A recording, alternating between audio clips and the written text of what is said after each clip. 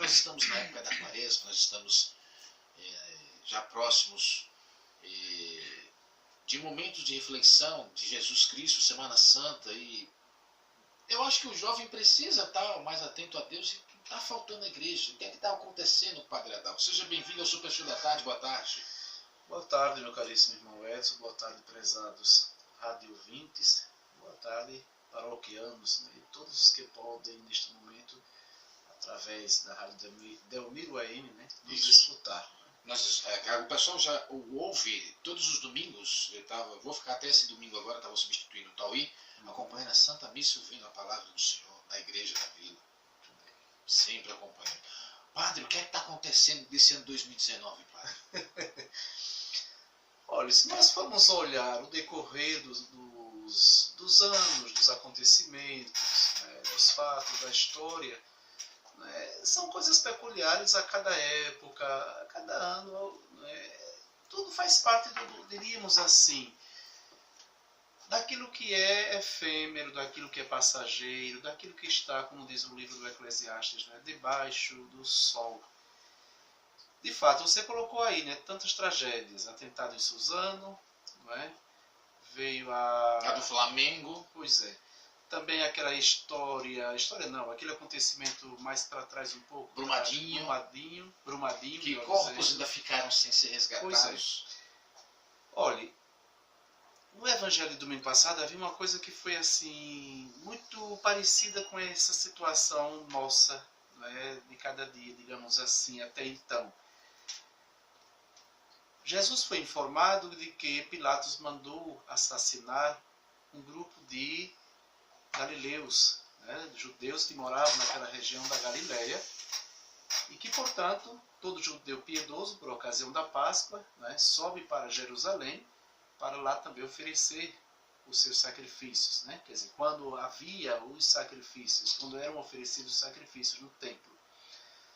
E lá em Jerusalém nessa época, também na época da Páscoa, né, dos judeus, se torna uma cidade cosmopolita, ou seja, uma cidade que é habitada por judeus do mundo inteiro e também cristãos, porque de lá também nasceu a Páscoa cristã, né, a Páscoa de Cristo, a nossa Páscoa.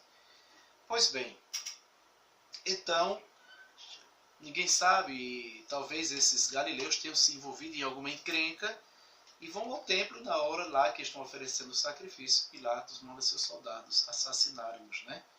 Misturando o sangue deles com o sangue dos animais, o que se torna para a casa de Deus, que é o templo, uma profanação. Depois chega também o informe de que a torre de Siloé, também em Jerusalém, desabou e matou 18 judeus. Então o pessoal, né, como o povo hoje, de um pouco conhecimento, atribui a castigo de Deus. E Jesus vai dizer, não, Deus não é, Deus é amor. Né? Acima de tudo, nós temos que saber que Deus é amor. E porque Deus é amor, Deus é Pai. Nós não podemos atribuir certas coisas, sobretudo quando parte de um coração que não tem Deus, de um coração desumano, não é? Nós não podemos atribuir a Deus. Mas podemos ver em certos acontecimentos algo, né, diante dos quais devemos nos precaver, né, e buscar também a conversão. Foi isso que Jesus disse para os que estavam ao seu derredor e aos seus discípulos, né? Que se nós não nos convertermos, se nós não mudarmos de situação de vida, se nós não levar a sério Deus na nossa vida, a sua palavra, nós também poderemos perecer, porque eles não eram mais pecadores do que nós. Né? Então os fatos acontecem, né? São os acontecimentos, as desditas, dos quais nenhum ser humano estará livre. Né? No tocante, por exemplo, à barragem de Brumadinho, né? Que tem suas barreiras, né? Limites que não mais suportam a quantidade de lama e aí cedem e a barragem agora atinge o Rio São Francisco, infelizmente. Preocupante, né? Isso, né? E como é? Aí você vê, por um lado está o quê? Está o espírito de ambição do homem, né? Que não leva mais em consideração a vida do próprio ser humano, tá certo? Dos seus semelhantes. Então vem o espírito o quê? Da ganância. E em nome disso todos pagam um preço caro, porque pagam com a própria vida, que foi o que aconteceu em Brumadinho. Depois vem outro acontecimento de Suzano, né? A escola que é invadida por 2 jovens e que ceifam vidas ainda em começo, ainda em princípio, né? Vidas inocentes. Sim, como, sem né? motivo algum. Exatamente. Entrou lá, começou a atirar. Então, se nós formos fazer uma análise, onde é que está a causa disso daí? Poderíamos ver o seguinte: primeiro, é a falta de Deus que está, né, vigente em todos os... Não posso dizer todos porque aí seria uma hipérbole, né? É um exagero. Mas a falta de Deus no coração do ser humano. No documento Vaticano II chamado Gaudium et Spes, né, parece que número 22, se não estou enganado, né, diz lá: as nossas famílias hoje estão totalmente desencontradas, né? Nossas famílias hoje também estão virando as costas para Deus. Antigamente havia preocupação, nos tempos passados, tá certo, de uma educação humana, moral, ética, a partir do sagrado, a partir, né, do referencial maior que é Deus. Entende? Então, quando o nosso coração é esvaziado dessa presença de Deus, o homem se brutaliza, o homem se desumaniza.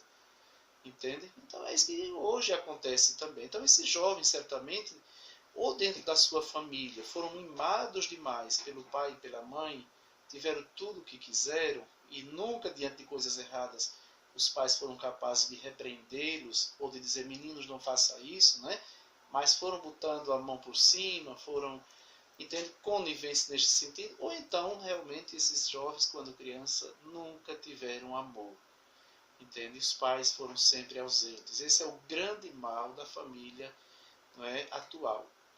Então, certamente, esses jovens, eles quiseram, digamos assim, autoafirmar-se, né? Quiseram fazer algo que, cuja atenção de todos se voltasse para eles, né? E aí vem exatamente qual seria esse algo que pudesse fazer com que eles fossem o foco das atrações.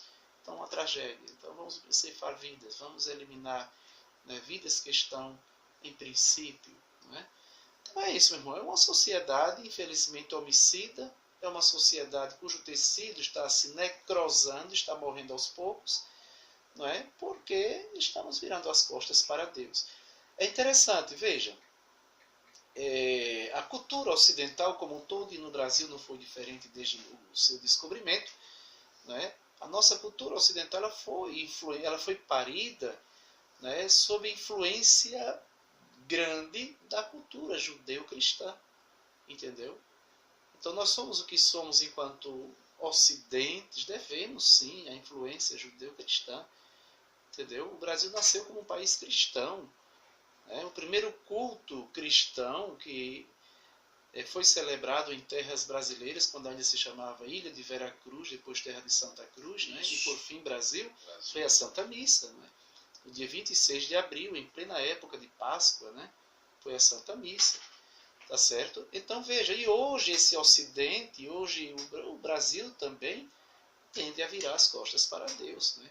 Você vê, tirar os crucifixos das instituições, porque aí já se pluraliza a coisa, né? O Brasil é um país laico, né? Então, se favorecer o catolicismo tem que favorecer o protestantismo, ou isso ou aquilo. Não, não é assim também. É um país laico sim, mas de maioria cristã. Isso. Então a fé cristã prevalece, tá certo? Os costumes cristãos não devem ser jogados fora, não devem ser jogados pela janela, pelo ralo, né? Dessa forma. Entende? Então, meu irmão, explica-se, né, em primeiro momento essa questão através desse ponto, né? A falta de Deus no coração do ser humano. Né? O homem sem Deus, ele não é ninguém. O homem sem Deus, ele não é nada. O homem de Deus, o homem sem Deus, não é? Ele tende a se tornar um ser mesquinho e perigoso para o seu próprio semelhante e para a sociedade. Né? Daí vemos na sociedade justamente a barbárie, a desordem, não é? A falta de respeito, a falta de amor, isso no trânsito. Né? Uma coisa que eu me admiro aqui em Delmiro, por exemplo, né? Às vezes acontece comigo porque distraidamente ocorre. Né? Em relação ao sinal, por exemplo, ou em relação à faixa de pedestre, né? Acontece às vezes, mas não que seja porque o padre Adalto fez algo de propósito, né? Não faria isso jamais. Mas assim, por exemplo, o sinal para no sentido daquele que vem contrário a mim, dando preferência a mim que estou, né, à frente. ou naquela mão, por exemplo. E você vê que o sinal está fechado para quem vem sentido oposto, e o indivíduo não está nem aí. É de moto, é de carro, não é? E ele não teme em ser acidentado e tampouco a causar um prejuízo para cima de você, para com seu automóvel, não é? Às vezes vem o velhinho, vem a mãe com a criança no colo, quer passar pela faixa de pedestre, o indivíduo não respeita. Quer dizer, não sabemos dar preferência, né, aos outros e sabemos que mesmo na direção, mais a preferência é dada ao pedestre neste sentido e nós não damos, não é verdade? E quer dizer, é um mundo no qual cada um só pensa em si. Né? Cada um só olha, como diz o ditado, né, dos mais simples, para o seu umbigo. Né? O outro que se lixe, o outro que se vire. Entende? Então nós não estamos mais vendo o outro como nosso irmão, como nosso semelhante. Né? E a fé cristã nos diz que pelo batismo nós todos somos filhos de Deus. Aliás, a própria Sagrada Escritura. A Bíblia. Todos sim, todos somos filhos e filhos de Deus pelo batismo. Né? Todos somos filhos de Deus. Se somos filhos de Deus, formamos uma só família, somos irmãos. Né? E Jesus diz que uma coisa bem característica da nossa parte, enquanto cristãos ou enquanto discípulos dele, é, acima de tudo, amarmos uns aos outros como ele nos amou. Isso é o que vai nos distinguir. Isso está nos 10 mandamentos? Não, está lá em João 13, se não estou enganado, né? Naquele episódio da última ceia, quando Jesus lava os pés dos apóstolos. Né? Veja bem, lá no livro do Levítico está escrito, né, que devemos amar os semelhantes como a nós mesmos. Mas a partir de Jesus não é mais como a nós mesmos. Eu não posso amar o Edson como eu amo a mim mesmo. Eu amo o Edson, mesmo se ele merecer o meu amor, ou vice-versa, mas a partir de Jesus. Jesus é o critério, portanto, para o mandamento do amor novo. Então é amar uns aos outros, não é? Como ele, Jesus Cristo, nos amou e nos amou até o fim, até entregar a sua vida por nós na cruz. Não é? Como ele próprio vai dizer, não há amor maior do que aquele que dá a sua vida pelos amigos. Né? E só ele foi capaz disso. Né? Isso. Ir até o fim. São 3 horas e 12 minutos. Padre Adalto está conosco aqui. Nós também temos aqui a Vanilda Lima, que adora também participar. Eu gosto de colocar sempre as entrevistas com ela presente, porque ela também gosta de perguntar. Ela faz parte do site Verdade Livre. Temos Reinaldo Neres, que também faz parte do blog do Edson Alves, que está filmando tudo. Então, passa a bola para a Vanilda Lima com sua pergunta para o Padre Adalto, no nosso Super Show da Tarde. E quando a presença de um padre vem para cá, parece que tudo fica leve. A gente tem problemas, padre. O senhor sabe que todos nós temos problemas. E quando tem uma pessoa que está com Deus ali, que tem um legado, que faz rezar, orar, parece que tudo melhora. Meu irmão, porque a oração, acima de tudo, ela faz entrar na nossa alma a força de Deus. Né? Santa Teresa d'Ávila, ou Santa Teresa de Jesus, que foi uma grande mística, né, que a igreja já teve na Idade Média, juntamente com São João da Cruz, porque ambos eram amigos e contemporâneos, ela dizia que rezar é encher-se de Deus para poder dá-lo também aos outros. Né?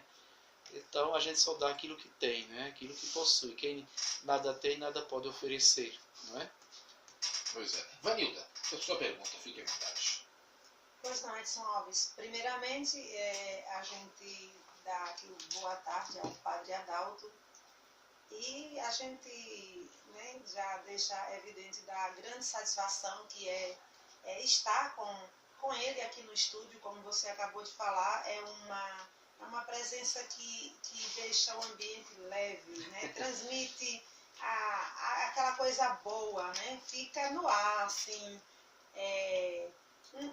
como é que se diz? Assim, um karma bom, né? Que se falam por aí. E não é exatamente uma pergunta, mas eu gostaria de conversar um pouquinho com o padre agora sobre a campanha da Fraternidade 2019, que ela vem com o tema Fraternidade e Políticas Públicas. E o lema é: serás libertado pela justiça, pelo direito e pela justiça. Né? Isso, padre. Então, a gente percebe assim, a preocupação da igreja, pelo que eu entendi, né? Assim, sim. Dessa campanha. Em todos os anos. A preocupação, todos os anos a igreja traz um tema que a ser discutido, que é de grande relevância, mas esse ano chamou muito a minha atenção porque trata das políticas públicas. Então, eu gostaria que o senhor fizesse uma breve síntese sobre esse tema da campanha da Fraternidade 2019. É Vânia, né? Vanilda, muito bem. Veja bem, minha querida, a campanha da Fraternidade, sobretudo no Brasil, ela acontece justamente na Quaresma, como, digamos assim, um propósito, um gesto concreto a ser abraçado dentro de uma situação vigente, que, digamos assim, precisa ser visto com bons olhos, e ante o qual se busque também, quer dizer, ante aquilo que é abordado, se busque uma conscientização maior da sociedade, e neste sentido aqui também da classe governamental, da classe política, para que aquilo para o qual se está focando e é problema possa vir ser solucionado, possa vir ser sanado. E é interessante, falando em política, políticas públicas, o que é a política? A palavra política é uma expressão muito bonita, vem do grego, do grego profano, do grego que significa polis, que quer dizer cidade. Então, o que é a política? É a arte de governar bem, é a arte de governar a cidade, de governar com muito cuidado, com muito esmero a polis, quer dizer, a cidade, ou seja, a sociedade como um todo. E no tocante à política, tudo bem que nós temos aqueles que nos representam para fazer algo que nós, digamos assim, somos como que impossibilitados de fazer, e para tanto elegemos os nossos candidatos, para que nos representem, para que façam as nossas vezes, mas é bom frisar que todo cidadão, todo homem, como já dizia Aristóteles, é por natureza um ser político. E a política ela começa na base, ela começa por nós mesmos, tá certo? E no tocante à escolha daqueles que colocamos lá em cima, é uma outra coisa que devemos ter muito critério, muito cuidado, porque a pior coisa é quando você coloca um sujeito lá em cima despreparado, com más intenções, que só pensa em se autopromover ou em promover talvez, sei lá, os seus, e esquecem do bem público e esquecem da organização maior da sociedade, que é organizar bem e cuidar bem da polis, ou seja, da cidade ou da sociedade como um todo. Então a política é a arte de governar bem, entende? Mas infelizmente a gente olhando para o contexto, digamos, geral da nação, nós não vemos que isso seja levado tão a sério, seja tão levado ao pé da letra. Talvez porque também falta, e aí volta o problema para o homem de novo, para o indivíduo em particular, falte para nós como é que se diz, conhecimento mesmo no tocante a essa área, esclarecimento, porque um povo, uma sociedade que não é conscientizada, que não é conhecedora das coisas, ela se torna facilmente, como se diz, massa de manobra. E os brasileiros como um todo têm sido vítima disso, infelizmente. Hoje o nosso povo está se tornando, ou fazendo uma cultura de massa acontecer, baseada mais no pão e no circo, ou no circo e no pão. Ou seja, diversão e cesta básica, barriga cheia. Tendo isso, tem tudo. E aí, enquanto temos isso, vamos nos alienando e vamos esquecendo daquilo que é realmente principal no que diz respeito à organização política e social, do país, do estado, da cidade como um todo.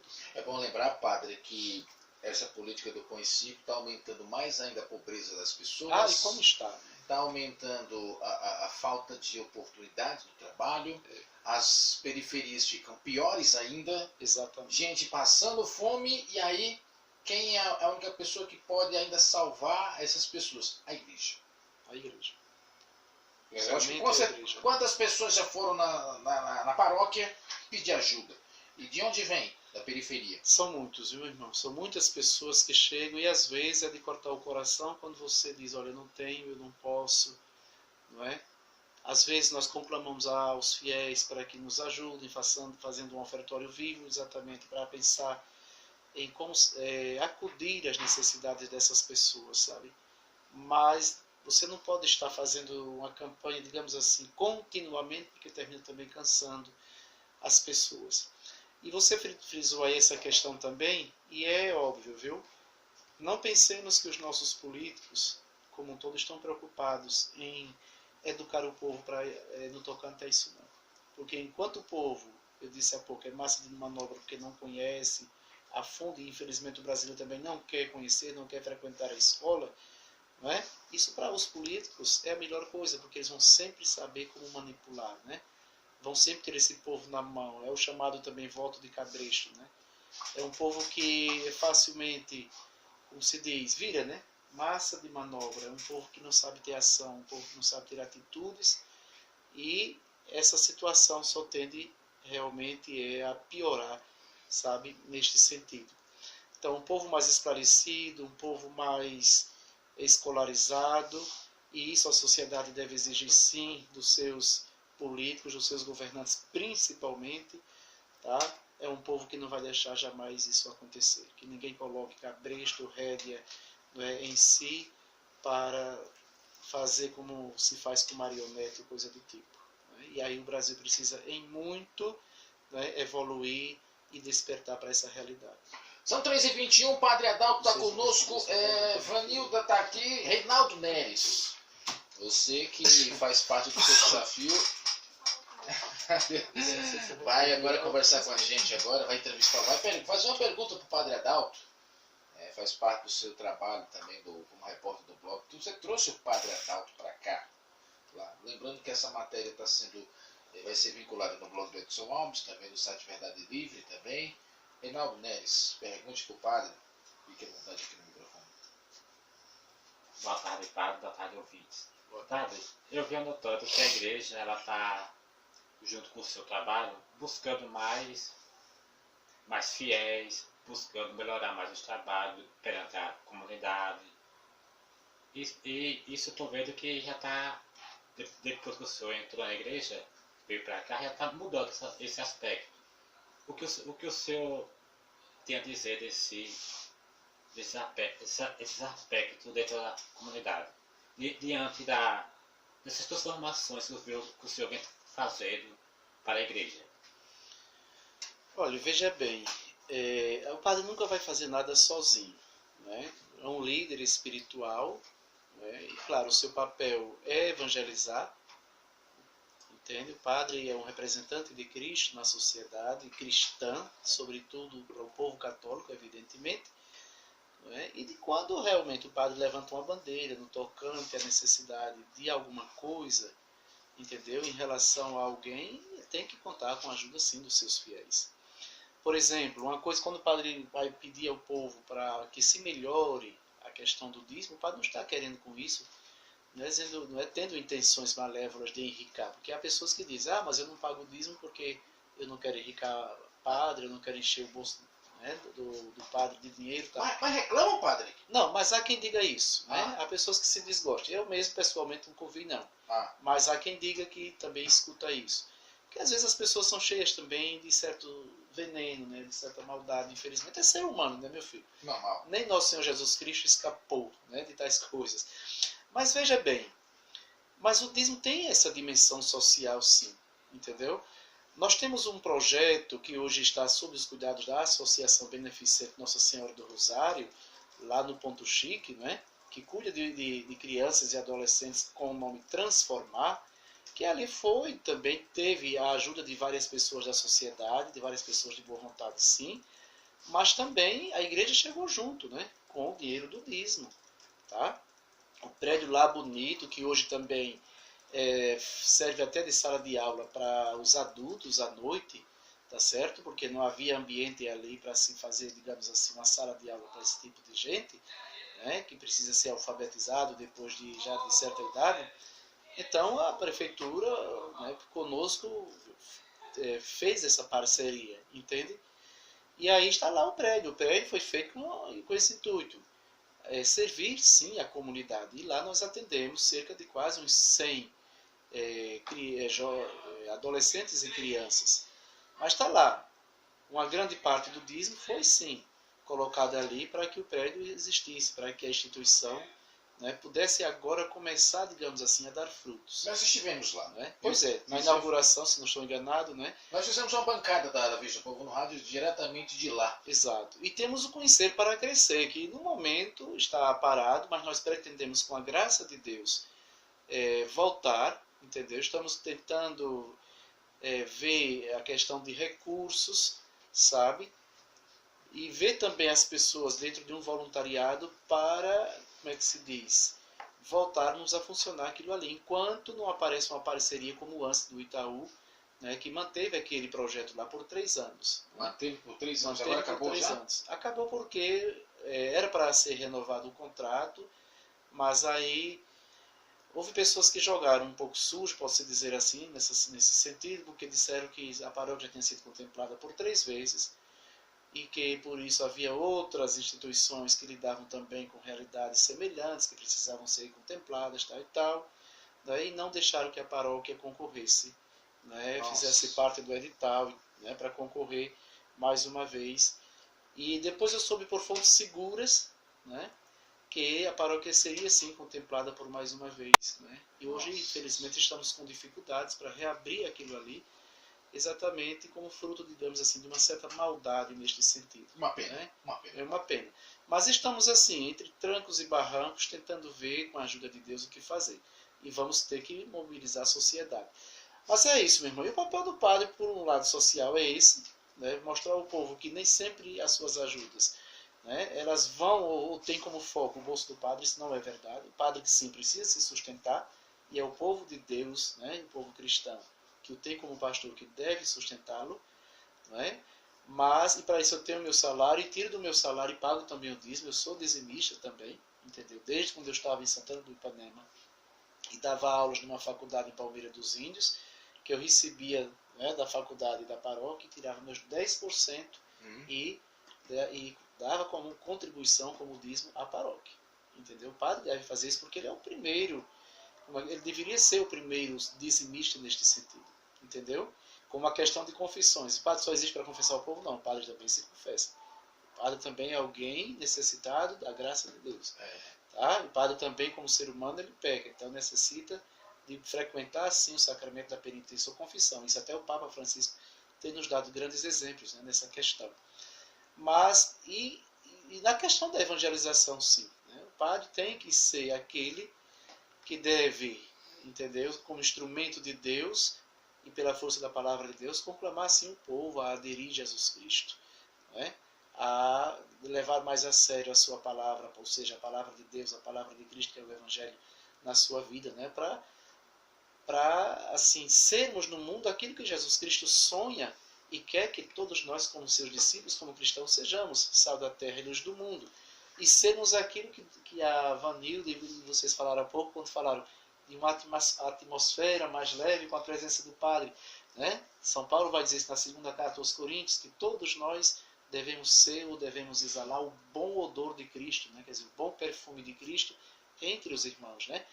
Ao invés de sermos aquela alma carregada de uma nuvem negra, de tanta negatividade, de um pessimismo destrutivo, olhemos para Cristo, né? Olhemos para Cristo e deixemos que Cristo seja a nossa luz, né? Foquemos nosso olhar nele, que é o autor e consumador de nossa fé, né? Procuremos seguir aquilo que Cristo nos propõe por meio de sua palavra, né? E aí, com certeza, nós vamos ser aquilo que São Paulo quer, que São Paulo almeja, né? Que São Paulo diz que somos, o bom perfume de Cristo entre os irmãos, né? E aí transformaríamos o mundo, né? É isso, padre. A gente percebe que está faltando realmente no mundo mais amor, mais leveza, mais carinho, mais atenção. Que é isso que faz com que o ser humano, com que ele transmita e também com que ele receba aqueles bons fluidos, aquela coisa boa que vai deixá-lo realmente... não vou nem falar a palavra leve, eu acho que deixa a pessoa em paz. Em paz, exatamente, a palavra seria essa. É isso. Né? E você tendo paz, tendo tudo. Né? Por exemplo, os judeus, eles quando saúdam entre si, né, eles expressam a palavra shalom, né? Que shalom, traduzido para a nossa língua portuguesa, né, pobremente é traduzido como paz. Mas não há na língua portuguesa uma expressão que seja tão rica de conteúdo e de significado como essa expressão shalom. Seria, digamos assim, a pessoa completamente cheia, enriquecida, né, de toda a felicidade, de todo o completo bem-estar. Né? Seria mais ou menos a tradução da palavra shalom, que quer dizer paz. Né? Em grego é Irene. Né? Eirené, em grego, significa exatamente paz. Daí é o nome próprio, né, da mulher. Irene, para o homem Irineu. Né? Ah, curiosidade, não conhecia essa curiosidade. Entendeu? Aí. Então, para o judeu, se você quiser desejar alguma coisa que seja, digamos assim, tudo que você queria desejar de bom para uma pessoa, tudo se resume na expressão shalom. Como para nós, felicidade. Né? Você tendo felicidade, você tem tudo, e a felicidade é Deus. E a felicidade, ela resulta para nós como as felizes, né, como consequência ou consequências felizes das nossas boas ações, em relação a Deus, em relação aos outros